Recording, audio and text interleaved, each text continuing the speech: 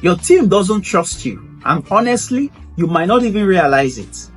But today I'm going to share 5 trust building strategies that you can use to transform your leadership in 2025. And the last one, most leaders will be shocked because you're doing the complete opposite. My name is Austin, and in this channel, we share tips, strategies, and concepts that will bring out the better version of you. If this sounds like you, please subscribe, like, and turn on your notifications so you don't miss out on anything. Look, trust is not built in retreats. No, it's built in the daily moments when your team is observing how you handle pressure, how you communicate bad news, and how you follow through on what you say you will do. I've coached tens of leaders, and those who build remarkable trust handle these 5 things differently. And I'm going to break them down for you shortly. But before then, there is a trust killer that more than 90% of leaders do. Stick around to the end because when I reveal it, you'll probably see yourself in it. First is transparency about what you don't know. Here's what most leaders do.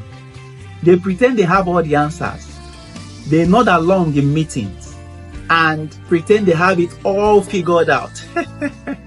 They avoid saying, I don't know. But your team can see right through it. They know when you're faking it.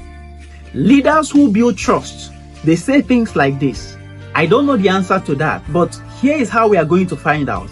Or, I made a mistake in my decision last week. This is what I learned from it.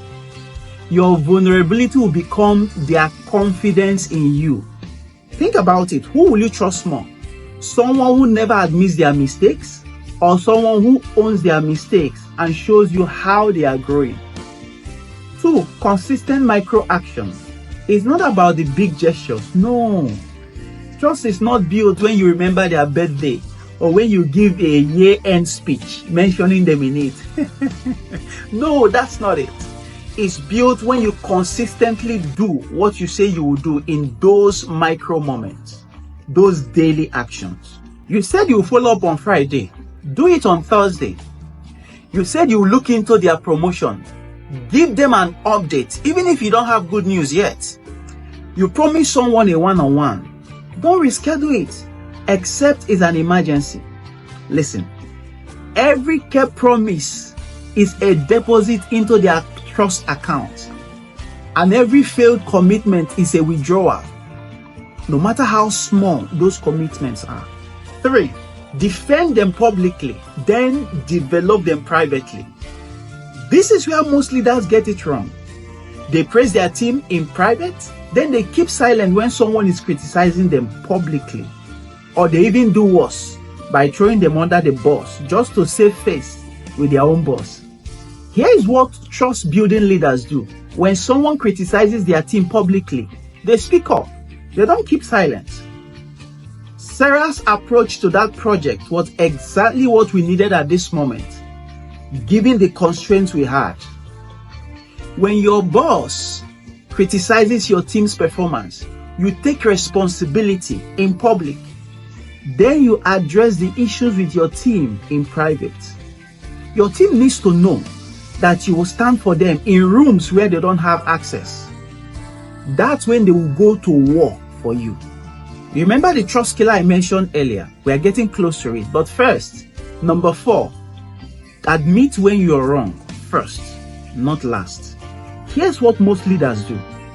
They wait to see if they can get away with it. They hope the mistake goes unnoticed, or they wait for someone to mention it first. Trust building leaders do the complete opposite.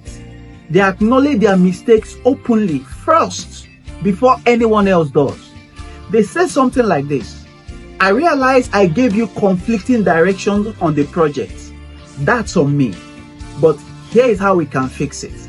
When you admit your mistakes first, you give your team the permission to do the same.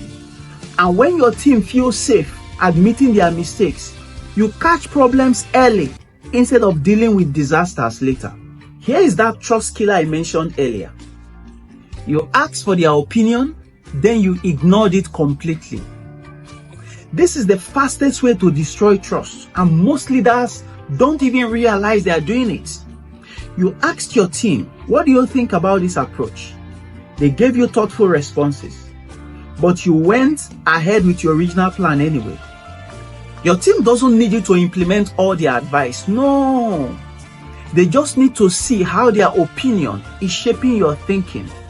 And even if you don't take the advice, explain why. I understand your risk about the project constraints and the risks involved. But here is why I still think we need to push forward, going along the safeguards that you guys just mentioned. When you ask for opinions and don't show how it's shaping your thinking and your decisions, you're training your team to stop caring about giving you their best thinking. Now, here's your challenge for this week. Pick one of these strategies and implement this week. Type in the comments which of the strategies that you're picking. And if you like this video, subscribe, like, and turn on your notifications so you don't miss anything. While you're at it, I want you to see this video on the 3 things you need to make better decisions. As leaders, you're always making decisions, and making the right ones is very important.